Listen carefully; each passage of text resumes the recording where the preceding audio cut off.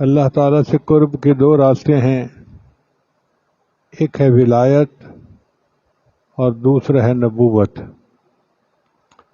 ولایت کسبی ہے، کسبی سے مراد یہ کہ محنت سے حاصل کی جا سکتی ہے، اور نبوت وہبی ہے، اللہ نے جسے چاہا نبوت عطا فرمائی۔ ولایت کا دروازہ کھلا ہے، نبوت کا دروازہ اللہ نے نبی علیہ السلام پر بند فرما دیا۔ جیسے ایک آدمی چاہے کہ میں پہلوان بنوں، اچھی غذا کھائے، روزانہ ورزش کرے، تو چند دنوں میں وہ پہلوان بن جائے گا۔ یہی معاملہ ولایت کا ہے کہ جو بندہ چاہے کہ مجھے اللہ کا قرب ولایت کا مل جائے، وہ تقوی اختیار کرے، گناہوں سے بچے، اسے اللہ کا قرب مل جاتا ہے۔ عام طور پر لوگ سمجھتے ہیں کہ ولی وہ لوگ ہوتے ہیں جو الگ مخلوق ہوتے ہیں، ہوا میں اڑتے ہیں، پانی پہ چلتے ہیں۔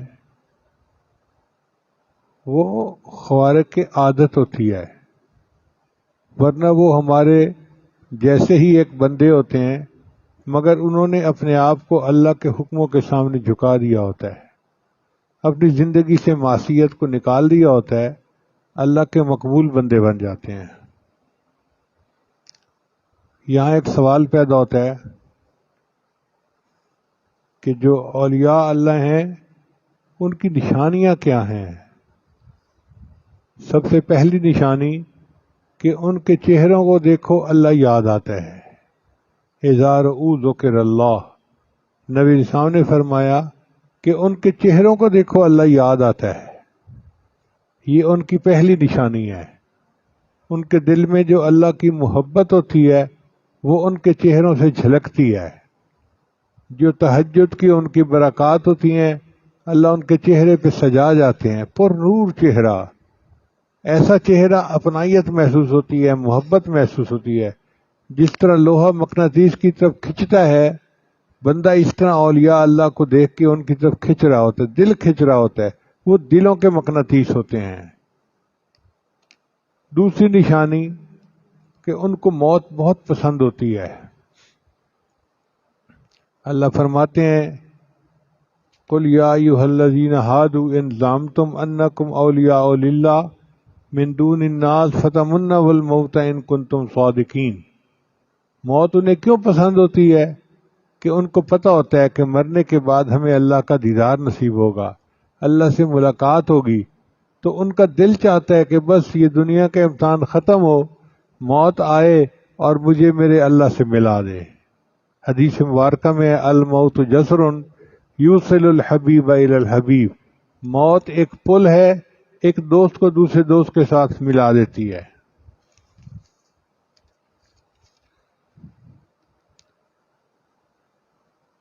پھر ایک اعزاز ان کا یہ بھی ہے کہ اللہ تعالیٰ ان کو پرسکون زندگی عطا فرماتے ہیں۔ لا خوف علیہم ولا هم یحزنون، خوف کہتے ہیں باہر کا ڈر، اور حزن کہتے ہیں اندر کا غم۔ نہ کوئی باہر کا ڈر ہوتا ہے، نہ کوئی اندر کا غم ہوتا ہے، پرسکون زندگی ہوتی ہے۔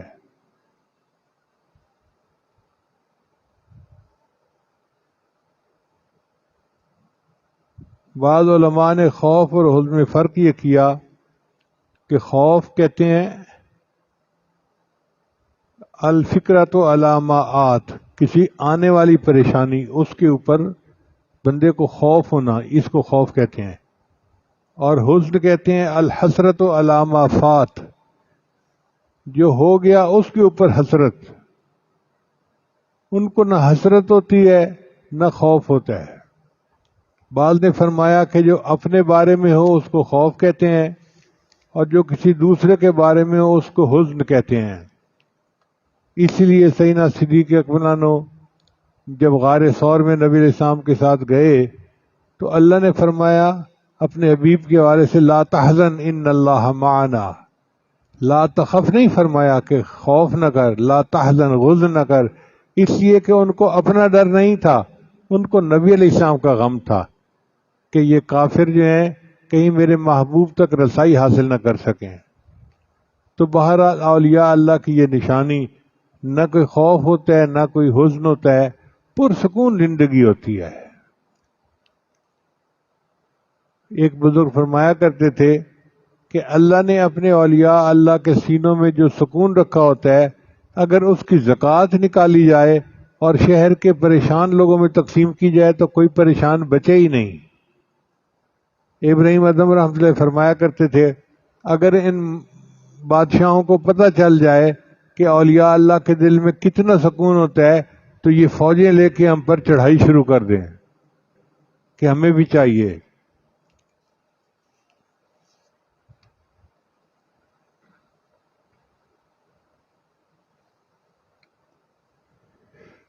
مشہور واقعہ ہے، ایک بزرگ تھے، ان سے بادشاہ وقت کسی وقت ناراض ہو گیا کسی بات پہ۔ اس نے فیصلہ کیا کہ میں ان کو 3 دن کے بعد بھوکے شیر کے آگے ڈلوا دوں گا۔ اس زمانے میں سزا دینے کی مختلف نوعیتیں ہوتی تھیں، کسی کو درے لگوائے جاتے تھے، کسی کو پھانسی چڑھایا جاتا تھا، اور کسی کو شیر کے آگے ڈالتا تھا اور شیر کو 2-3 دن بھوکا رکھا جاتا تھا۔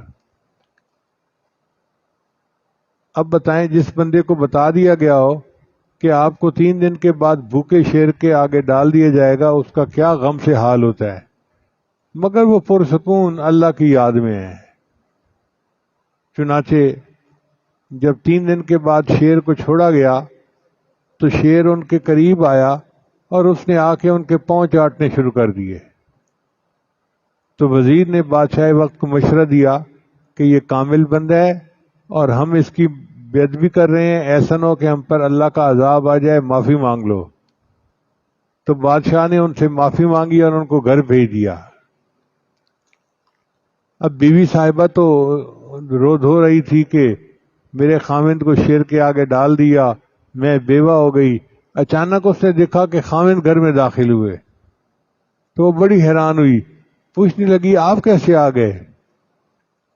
ان کا مجھے شیر کے آگے ڈالا گیا تھا، مگر شیر نے آ کے میرے پاؤں چاٹے اور بادشاہ نے مجھے واپس بھیج دیا۔ تو بیویاں بیویاں ہوتی ہیں۔ اس نے کہا اچھا مجھے سچی سچی بتائیں کہ جب شیر آپ کی طرف آ رہا تھا اس وقت آپ کے دل کی کیا کیفیت تھی، آپ کیا سوچ رہے تھے؟ کہنے لگے میں اس وقت یہ سوچ رہا تھا کہ اس کا لعاب پاک ہوتا ہے یا ناپاک ہوتا ہے۔ یعنی اپنی موت کا غم نہیں، یہ فقہی مسئلہ سوچ رہے ہیں کہ لعاب پاک ہوتا ہے یا ناپاک ہوتا ہے۔ ایسی اللہ تعالیٰ پرسکون زندگی عطا فرما دیتے ہیں۔ انہوں نے اپنی مرضی کو اللہ کی مرضی میں گم کر دیا ہوتا ہے، اس لیے پرسکون ہوتے ہیں۔ اب ہم سوچتے ہیں ایسے ہونا چاہیے تھا، ایسا نہیں ہوا۔ بھئی جیسے اللہ کی مرضی، جس نے کائنات کو بنایا ہے اسی نے کائنات کو چلانا ہے نا، ہم کون ہوتے ہیں اپنی مرضی کرنے والے؟ ذوالنون مصری رحمۃ اللہ فرماتے تھے تم اس شخص کے بارے میں کیا سوچتے ہو جس کی مرضی سے دنیا کا نظام چل رہا ہے؟ تو کسی نے کہا کہ حضرت یہ تو آپ نے بہت بڑی بات کر دی۔ فرمانے لگے کیوں؟ میں نے اپنی مرضی کو اللہ کی مرضی میں گم کر دیا، ہر کام اللہ کی مرضی سے ہو رہا ہے لہذا میری مرضی سے ہو رہا ہے۔ تو اولیاء اللہ کو اللہ کی مرضی پر اطمینان ہوتا ہے اور وہ پرسکون ہوتے ہیں، ہماری طرح نہیں ہوتے جو تقدیر کے ساتھ کشتیاں کرتے پھرتے ہیں، یہ ایسے ہو جائے، یہ ایسے ہو جائے، یہ ایسے ہو جائے۔ پھر ایک اعزاز اولیاء اللہ کو یہ بھی ملتا ہے، اللہ ان کی گناہوں سے حفاظت فرماتے ہیں۔ اللہ تعالیٰ فرماتے ہیں اللہ ولی الذین آمنوا یخرجہم من الظلمات الی النور، اللہ ایمان والوں کا دوست ہے، ان کو اندھیرے سے نکال کر روشنی کی طرف لاتا ہے۔ تو اللہ اپنے اولیاء کو گناہوں سے محفوظ فرماتے ہیں۔ جس طرح ماں اپنے بچے کو بچاتی ہے، بجلی کی تار کو ہاتھ نہ لگائے، پانی میں نہ چلا جائے، کوئی اور نقصان دہ چیز نہ کر لے، اسی طرح اللہ اپنے اولیاء کی حفاظت فرماتے ہیں کہ وہ گناہوں کے قریب نہ جائیں۔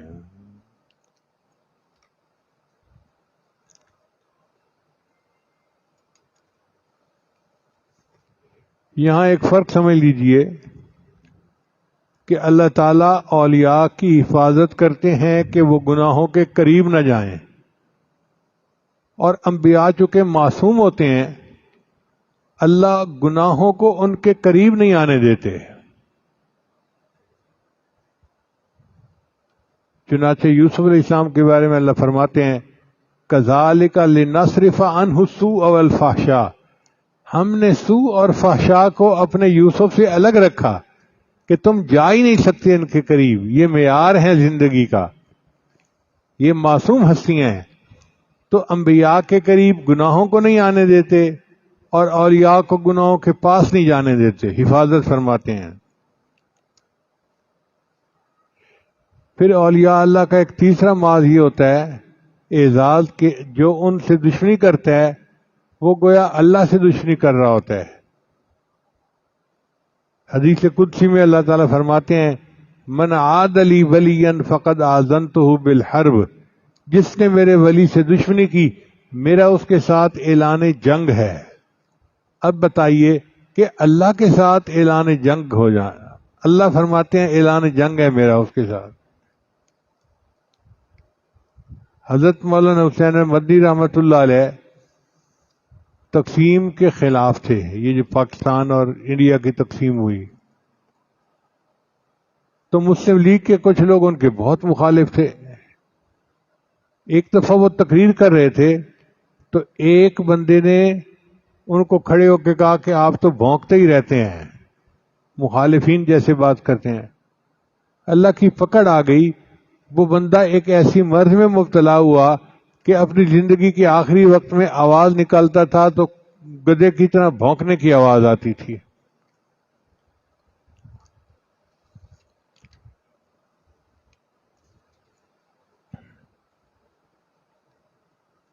حضرت مولانا قاسم نانوتوی رحمۃ اللہ علیہ اولیاء میں سے تھے، مگر کچھ بدعتی لوگ ان کے مخالف تھے۔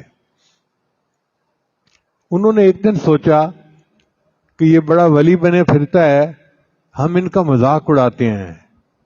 ایک بندے کو چارپائی پہ لٹایا اور جنازہ بنا کر لے کے آئے کہ ان سے جنازہ پڑھوائیں گے، اور جنازہ پڑھنے کے بعد وہ اٹھ کر مردہ بیٹھ جائے گا اور ہم کہیں گے دیکھو جی یہ ہے تمہارا ولی۔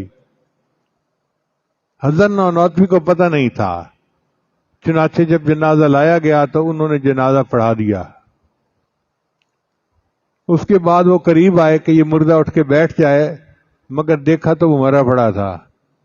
حضرت نے فرمایا دیکھو بکرے پہ ایک دفعہ تکبیر پڑھی جاتی ہے وہ مر جاتا ہے، میں نے تو اس پر 4 تکبیریں پڑھی ہیں، اب یہ قیامت سے پہلے نہیں اٹھ سکتا۔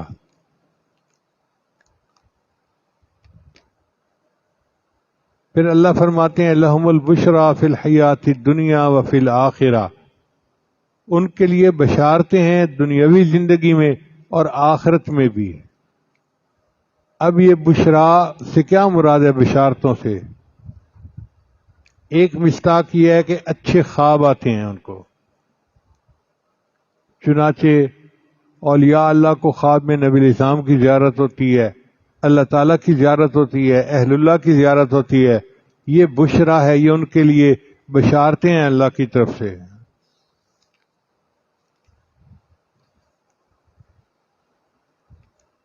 امام شافعی رحمۃ اللہ جب مصر تشریف لے گئے تو ان کو خواب میں نبی علیہ السلام کی زیارت نصیب ہوئی، تو نبی علیہ السلام نے ارشاد فرمایا کہ احمد بن حنبل جو عراق میں ہیں ان کے اوپر ایک امتحان آئے گا، اور مسئلہ خلق قرآن میں ان کو کہا جائے گا کہ قرآن کو مخلوق مانو، تم میری طرف سے ان کو پیغام دے دو کہ وہ اپنی بات پر ڈٹے رہیں اور ان پر جو سختی ہو اس کو برداشت کر لیں، اللہ کامیاب کریں گے اور ان کا جھنڈا ایسا بلند کریں گے کہ کوئی نیچے نہیں کر سکے گا۔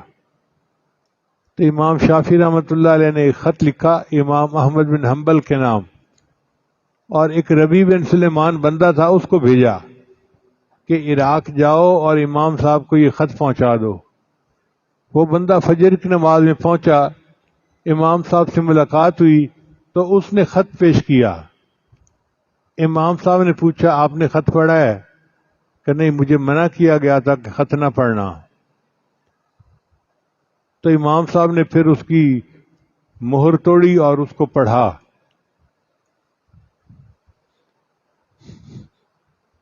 اور پڑھنے کے بعد امام احمد بن حنبل رونے لگ گئے.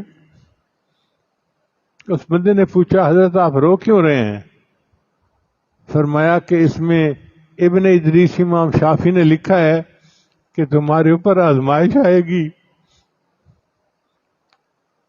تم پکے رہنا اور اللہ تمہیں کامیاب کرے گا. تو میرے لیے تو یہ بہت بڑی بشارت ہے. اور جو خط لے جانے والا تھا وہ کوئی میری طرح کا بندہ تھا. اس نے کہا حضرت جب آپ کو اتنی بڑی بشارت ملی تو مجھے کچھ انعام بھی ملنا چاہیے. تو امام احمد بن حنبل کے پاس 2 چادریں تھیں. جیسے ہم لوگ یہ رومال ڈالتے ہیں نا کندھے پر، انہوں نے اوپر ایک چادر لی ہوئی تھی. انہوں نے وہ چادر اتار کر دے دی ہدیہ کے طور پہ. وہ بندہ واپس آیا، امام شافعی رحمۃ اللہ کو بتایا کہ حضرت میں نے امانت پہنچا دی اور سفر سے بخیریت واپس آ گیا ہوں. تو امام صاحب نے پوچھا امام شافعی نے کہ ہوا کیا؟ حضرت انہوں نے مجھے ایک چادر ہدیہ دی. امام شافعی رحمۃ اللہ نے فرمایا کہ دیکھو نہ یہ میں تم سے قیمتاً مانگتا ہوں نہ ہدیتاً مانگتا ہوں، بس اتنا ہے کہ اس چادر کو ایک پانی کے اندر بھگو کے رکھ دو اور وہ پانی مجھے دے دو. چنانچہ اس بندے نے وہ چادر پانی میں بھگو کر رکھ دی اور امام شافعی کو وہ پانی دے دیا.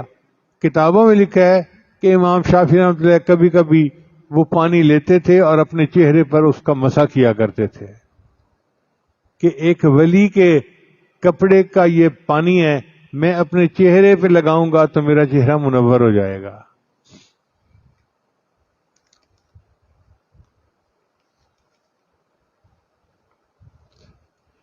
بشرا کا دوسرا معنی ہے محبوبیت اور قبولیت. تو اللہ تعالیٰ اپنے اولیاء اللہ کو دنیا میں محبوبیت دے دیتے ہیں. ہر بندہ محبت کرتا ہے. بھئی یہ دور دراز سے قریب سے جو چل کے آتے ہیں یہ کوئی دنیا کی چیز لینے نہیں آتے. اللہ نے ان کے دل میں محبت ڈالی ہوتی ہے، ایک نظر دیکھنے کے لیے ترس رہے ہوتے ہیں، ایک لمحہ پاس بیٹھنے کے لیے ترس رہے ہوتے ہیں. اللہ فرماتے ہیں ان الذین آمنوا وعملوا الصالحات سیجعل لهم الرحمن ودا. رحمان ان کے دلوں میں محبت پیدا کر دے گا.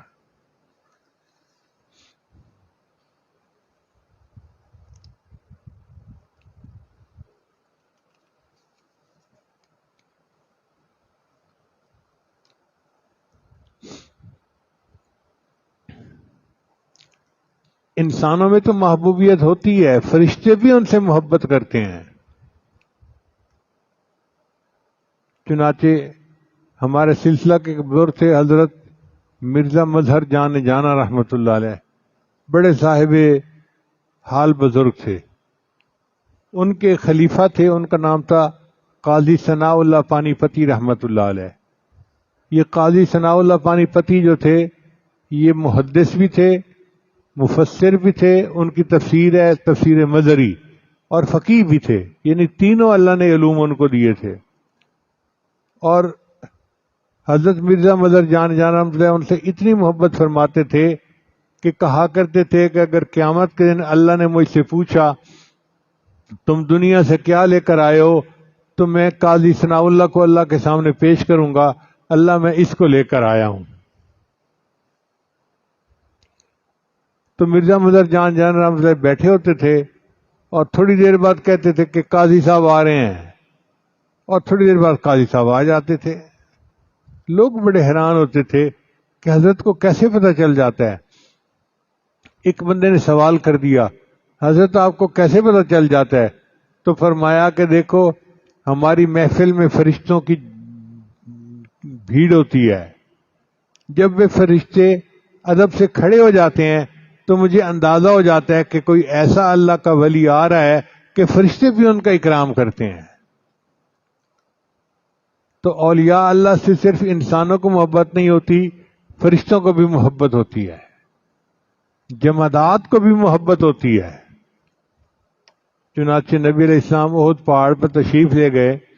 آپ کے ساتھ سیدنا صدیق اکبر تھے، حضرت عمر تھے، حضرت عثمان تھے، حضرت علی تھے.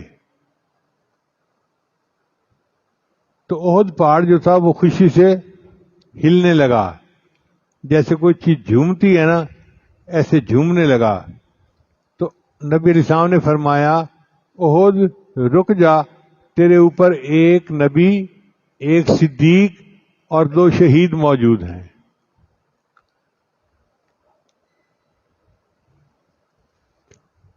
پھر درندے بھی ان سے محبت کرتے ہیں. حضرت سفینہ رضی اللہ عنہ ایک صحابی تھے، ایک دفعہ اپنے قافلے سے پیچھے رہ گئے. اب جنگل تھا تو سمجھ نہیں لگتی تھی کہ جانا کہاں ہے.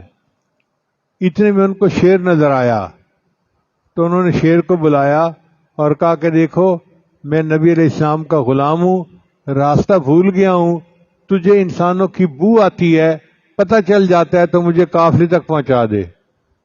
تو شیر جو تھا اس نے حضرت سفینہ رضی اللہ عنہ کو اس قافلے تک پہنچا دیا. تو جانور بھی محبت کرتے ہیں، پہاڑ بھی محبت کرتے ہیں، فرشتے بھی محبت کرتے ہیں، انسان بھی محبت کرتے ہیں. ایک یہ معنی ہے بشرا کا. اور تیسرا بشرا کا معنی ہے کہ بوقت موت یا موت کے بعد ان کو بشارتیں ملتی ہیں. الذین تتوفاہم الملائکۃ طیبین یقولون سلام علیکم. اللہ ان کو ایسی زندگی دیتے ہیں کہ ملک الموت جب آتے ہیں تو آ کر ان کو سلام کرتے ہیں.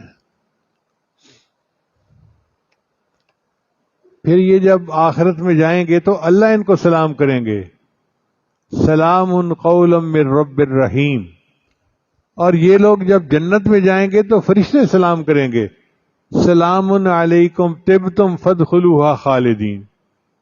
کیسی زندگی ہے، فرشتے بھی سلام کر رہے ہیں، اللہ بھی سلام کر رہے ہیں، اور جنت میں بھی ان کو سلام کیا جا رہا ہے.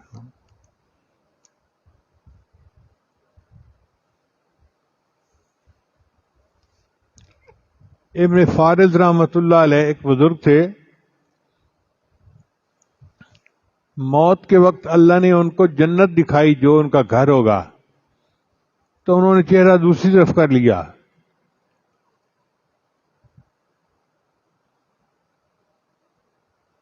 اور ایک شعر کہا، ان کان منزلتی فی الحب عندکم، اے اللہ اگر تیری محبت میں میری منزل یہ ہے، ما قد رأیت فقط ضیعت ایامی، میں نے تو زندگی ضائع کر لی، میں نے اس جنت کی خاطر تیری عبادت نہیں کی تھی، میں نے تو تیری محبت سے تیری عبادت کی تھی. مصر میں ان کی قبر ہے، میں وہاں گیا تو لکھا ہوا تھا سید العشاق ابن فارض رحمۃ اللہ علیہ. تو اللہ تعالیٰ ان کو ایسے بشارتیں دیتے ہیں. حضرت مولانا انور شاہ کشمیری رحمۃ اللہ علیہ بیمار تھے، آخری وقت میں ان کی زوجہ ان کے پاس تھیں. وہ فرماتی ہیں کہ میں نے دیکھا کہ ہمارے صحن کے اندر سفید کپڑوں میں امامہ باندھے بہت سارے لوگ ہیں. میں بڑی حیران ہوئی کہ طلباء کو تو اندر آنے کی اجازت نہیں، یہ کون ہے؟ پھر میں نے سوچا شاید دارالعلوم کے اساتذہ آ گئے ہوں. تو اتنے میں حضرت نے پانی مانگا، کلمہ پڑھا اور فوت ہو گئے. تب مجھے پتا چلا کہ اصل میں حضرت کی وفات کا وقت قریب تھا اور یہ فرشتے تھے جو حضرت کو استقبال کے لیے تشریف لے آئے تھے.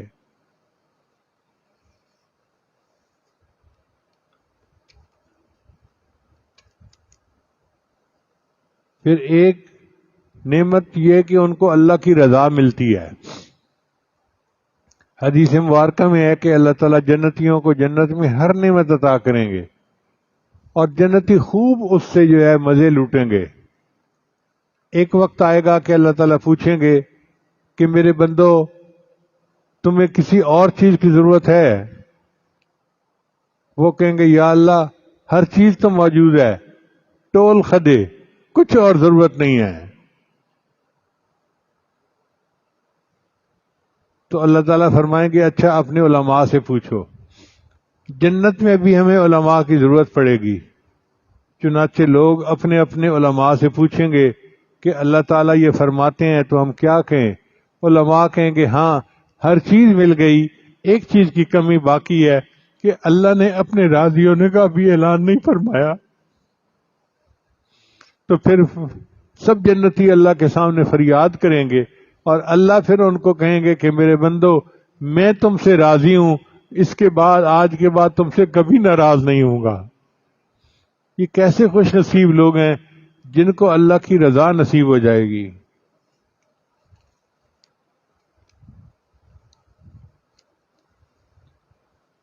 اور آخری اعزاز کہ اللہ ان کو نور فراست عطا فرما دیتا ہے. حدیث پاک میں آتا ہے اتقوا فراست المؤمن فإنه ينظر بنور اللہ.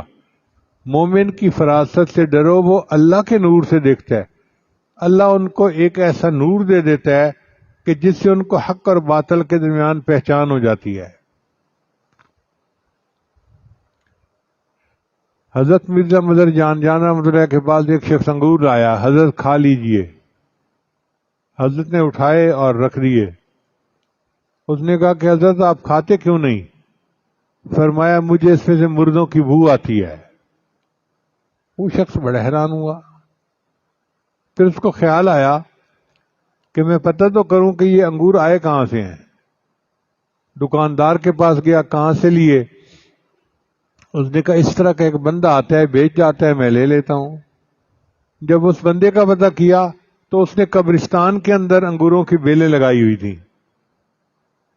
قبرستان کے اندر انگوروں کی بیلیں لگیں اور ان کو اپنے منہ کے قریب جا کر پہچان ہو گئی کہ اس میں سے مردوں کی بو آ رہی ہے.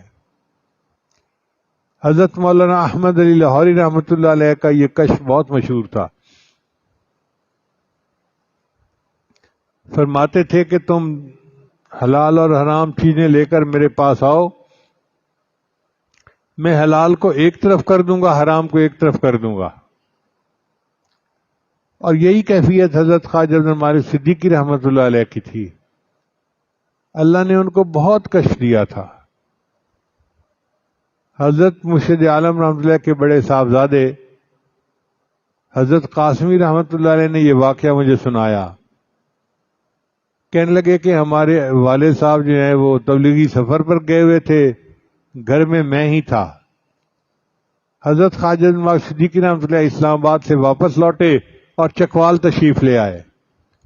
میں بڑا خوش ہوا کہ مجھے خدمت کا موقع ملا. میں نے اماں جان کو بتایا کہ حضرت کے لیے کھانا بنائیں. اماں جی بھی بڑی خوش ہوئیں. جب میں کھانا لے کر گیا دسترخوان پر رکھا تو حضرت صدیقی رحمۃ اللہ کھانا کھا نہیں رہے تھے. میں نے پوچھا حضرت کیا وجہ ہے آپ کھانا نہیں کھا رہے؟ تو حضرت نے میری طرف دیکھ کر کہا تمہارے گھر میں یہ سور کیسے داخل ہوا؟ کہتے ہیں میں تو گھبرا گیا، پسینے چھوٹ گئے. میں نے گھر آ کے اماں جی کو بتایا کہ اماں جی حضرت مجھ سے پوچھ رہے ہیں تمہارے گھر میں یہ سور کیسے داخل ہوا؟ کہنے لگے یہ سن کے اماں جی نے اپنے ماتھے کے اوپر ہاتھ رکھا اور کہنے لگی اوہ مجھ سے غلطی ہوئی. یہ جو پڑوسن تھی نا یہ مجھ سے بڑی مدت سے کہہ رہی تھی تمہارے پیر صاحب آئیں گے تو کھانا میں پکاؤں گی، تو میں نے صلح رحمی کے طور پہ کہہ دیا تھا اچھا تم بنا دینا. یہ کھانا ہمارے گھر کا نہیں، یہ کھانا ان کے گھر کا ہے. پتہ چلا کہ ان کے جو ہسبینڈ تھے وہ ٹیچر تھے، مگر انہوں نے اپنے پیسے سیونگ اکاؤنٹ میں رکھے ہوئے تھے جس میں کچھ سود شامل ہو جاتا ہے. اس وجہ سے حضرت کو پتہ چل گیا کہ اس پیسے کے اندر حرام داخل ہے. تو حضرت نے فرمایا کہ یہ سور تمہارے گھر میں کیسے داخل ہو گیا؟ پھر اماں جی نے اپنے گھر سے کھانا بنایا اور حضرت صدیقی رحمۃ اللہ نے اس کو کھایا. یہ اعزازات ہیں جو اللہ تعالیٰ اپنے اولیاء کو عطا فرماتے ہیں. ہماری دعا ہے کہ اللہ تعالیٰ ہمیں معصیت سے خالی زندگی عطا فرمائے اور ہمیں بھی اللہ تعالیٰ اپنا قرب اور اپنی ولایت کا مقام عطا فرمائے. حضرت مولانا عبدالحق اکوڑا خٹک والے تھے، ان کے ہاں حضرت صدیقی رحمۃ اللہ علیہ 15 دن کا اجتماع فرماتے تھے علماء کا، اور امامت خود فرماتے تھے. علماء تو پھر علماء ہوتے ہیں، چھوٹی سے چھوٹی چیز کو بھی نوٹ کرتے ہیں. تو ایک عالم نے حضرت سے پوچھا کہ حضرت میں نے دیکھا ہے کہ جب مکبر تکبیر کہتا ہے تو آپ تھوڑے وقفے کے بعد تحریمہ باندھتے ہیں، فوری طور پہ نہیں باندھتے، اس کی کیا وجہ ہے؟ حضرت نے فرمایا مولانا آپ تو علماء ہیں، آپ کے دل میں تو کیفیت بنی ہوئی ہوتی ہے، میں ایک فقیر آدمی ہوں، میں مصلی پہ آ کے کھڑا ہوتا ہوں، جب تک مجھے اپنے سامنے بیت اللہ نظر نہیں آتا میں نماز کی نیت نہیں باندھتا۔ آپ دیکھیے اللہ نے کیسا ان کو نور عطا کیا کہ مصلی پہ کھڑے ہوتے تھے تو سامنے بیت اللہ نظر آتا تھا ان کو۔ یہ نور ایقان ہے، نور فرقان ہے جو اللہ اپنے اولیاء کو عطا فرماتے ہیں۔ دعا ہے اللہ تعالی ہمیں بھی یہ سب نعمتیں عطا فرمائے۔ وآخر دعوانا ان الحمد للہ رب العالمین۔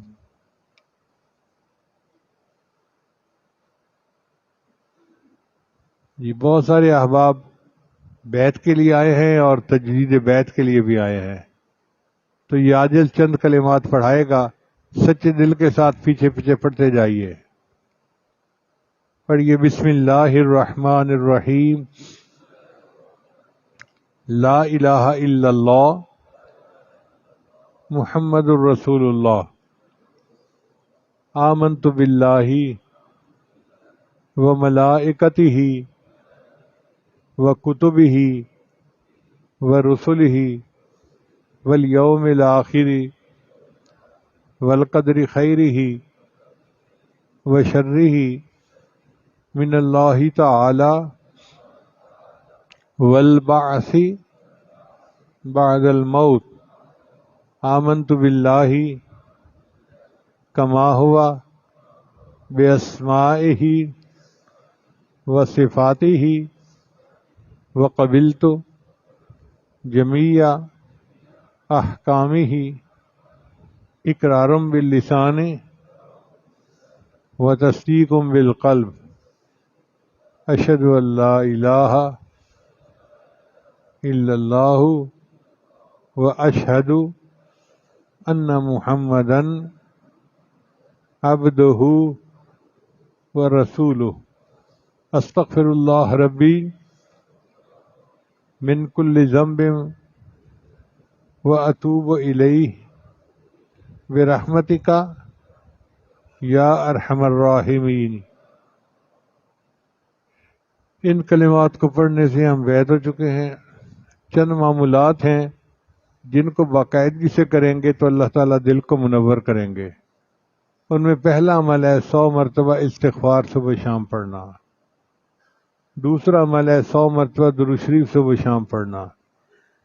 تیسرا عمل ہے قرآن مجید کی تلاوت روزانہ کرنا۔ اور چوتھا ہے چلتے پھرتے ہر وقت دل میں اللہ کو یاد کرنا، ہتھکار ول دل یار ول۔ اور پانچویں ہے مراقبہ کرنا۔ مراقبہ تمام معمولات کا لب لبابہ نچوڑ ہے۔